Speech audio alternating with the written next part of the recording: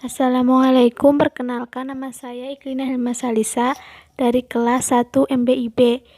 Di video ini saya akan menjelaskan materi tentang kajian dalam 3 sajak dari buku puisi Biang Lala karya Abdul Wahid PS secara struktural semiotika. Pendahuluan. Karya sastra adalah hasil karya yang menggunakan bahasa sebagai media utama untuk menyampaikan suatu hal dengan komunikatif, di mana pengarang membuat karya untuk tujuan estetika. Karya sastra adalah hasil kontemplasi yang merupakan penggabungan antara realitas kehidupan dengan imajinasi pengarang. Hasil kontemplasi pengarang dapat menghasilkan karya yang dapat dibedakan atas fiksi, prosa naratif, maupun puisi. Semiotika adalah ilmu yang dapat digunakan untuk mengkaji sebuah tanda-tanda di dalam karya sastra, bagaimana karya itu ditafsirkan oleh para pengamat dan masyarakat lewat tanda-tanda atau lambang. Hartoko Santoso 2013. Semiotika adalah pengkajian yang dapat digunakan untuk mendeskripsikan sebuah karya sastra dengan menggunakan penanda dan petanda sebagai acuannya. Metode penelitian. Metode yang digunakan adalah pendekatan semiotik. Pembahasan ini berjenis kualitatif yang nantinya akan menghasilkan data deskriptif. Data pada pembahasan ini berupa kata dan kalimat yang menunjukkan penanda dan petanda bahwa buku Biang Lala karya Abdul Wahid PS. Memahami sebuah sajak bukanlah hal yang mudah. Hal ini disebabkan bahwa sajak merupakan sebuah karya yang multi-interpretatif, sehingga kemungkinan makna yang lebih dari satu tergantung dari sudut mana apresiator menerjemahkan sajak tersebut. Berikut adalah karya puisi yang dikutip dari buku berjudul Biang Lala, karya Abdul Wahid PS, untuk menentukan makna di balik hakikat sajak tersebut. Bisa dilihat sebagai berikut contoh dari sajak yang diambil dari buku Biang Lala berjudul Lebaran, mempunyai 3 bait dan pernah ditulis di Yogyakarta 14 Juni 2018. Pembahasan. Dalam sajak berjudul Lebaran karya Abdul Wahid PS, dalam sajak tersebut banyak makna yang terkandung. Salah satunya adalah kata lebaran, berarti perayaan. Kata yang biasanya untuk sebagian orang itu sangat bermakna. Terdapat juga beberapa citraan dalam sajak di atas. Salah satunya yaitu penglihatan dalam kata mana wajah manusia kita. Mengenai emosi, Chaplin berpendapat bahwa definisi mengenai emosi cukup bervariasi yang dikemukakan oleh para ahli psikologi dari berbagai orientasi. Penyair berpendapat bahwa sajak ini merupakan ungkapan isi hati sang penulis yang menggambarkan rasa sedih karena berakhirnya ibadah puasa dan melihat orang-orang yang seharusnya menjadi lebih baik sesudah melaksanakan puasa di bulan Ramadan, namun terlihat tidak baik setelah Ramadan.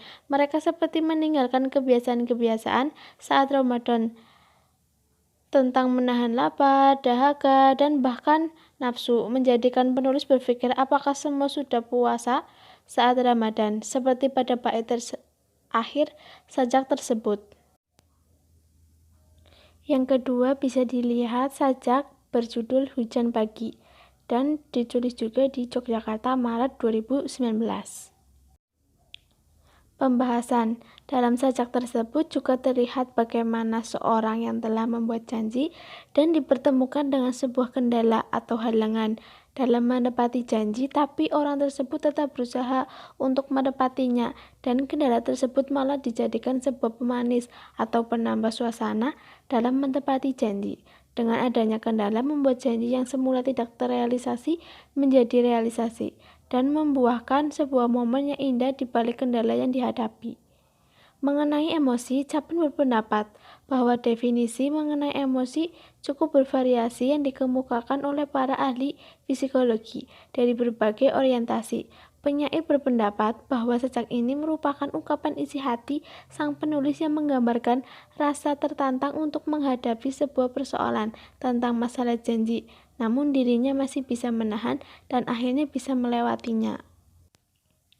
Bahasa kiasan. Terdapat juga citraan, yaitu citraan gerak pada bait menumbuhkan pohon dan bunga, Dan juga terdapat citraan perasa pada bait antara desah dan resah.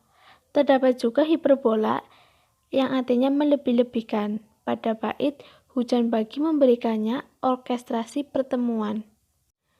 Dan yang ketiga ada sajak yang berjudul Yang dengan bait 4 bait dan pernah ditulis juga di Yogyakarta 17 Agustus 2019. Pembahasan dalam sajak berjudul Yang karya Abdul Wahid PS. Dalam sajak tersebut banyak makna yang terkandung, salah satunya adalah cinta. Pertama, yang membuatnya menjadi senang sehingga semua yang ia kerjakan selalu terbayang-bayangi kekasihnya. Menjadi tergila-gila oleh cinta, menjadikannya puitis, membuatnya dimabok asmara untuk cinta pertamanya. Mengenai emosi, Chaplin berpendapat bahwa definisi mengenai emosi cukup bervariasi yang dikemukakan oleh para ahli psikologi dari berbagai orientasi. Penyair berpendapat bahwa sajak ini merupakan ungkapan isi hati sang penulis yang menggambarkan rasa senang yang membuat hari-hari sang penulis menjadi berwarna. Layaknya pelangi, sang penulis pun menggambarkannya dengan sebuah kata yang menggambarkan seorang yang istimewa dalam hidupnya. Bahasa kiasan pada sajak di atas yang berjudul Yang terdapat juga citraan gerak pada bait kutulis-tulis yang dan pada kusebut-sebut yang. Terdapat juga citraan perasa pada bait kupikir-pikir yang dan yang terakhir citraan penglihatan. Pada bait indah wajahmu terdapat juga hiperbola atau melebih-lebihkan pada bait hanya berpayung langitmu. Berdasarkan pembahasan yang telah diselesaikan di atas dari 3 sajak buku Biang Lala karya Abdul Wahid PS, menunjukkan tanda yang merepresentasikan sesuatu yang berada di luar karya tersebut. Sesuatu yang ada di dalam pembahasan tersebut akan saling memiliki hubungan. Kumpulan sajak Biang Lala jelas mempunyai relasi dengan objek di luar yang jelas akan menghasilkan interpretasi. Dalam memahami makna sajak di atas, pembahasan ini mengajarkan dan mengingatkan kepada pembaca untuk dapat memahami makna sajak di atas tidak hanya secara lateral, tetapi dapat mengaitkannya dengan kehidupan sehari-hari. Cukup sekian dan terima kasih. Kurang lebihnya mohon maaf. Wassalamualaikum warahmatullahi wabarakatuh.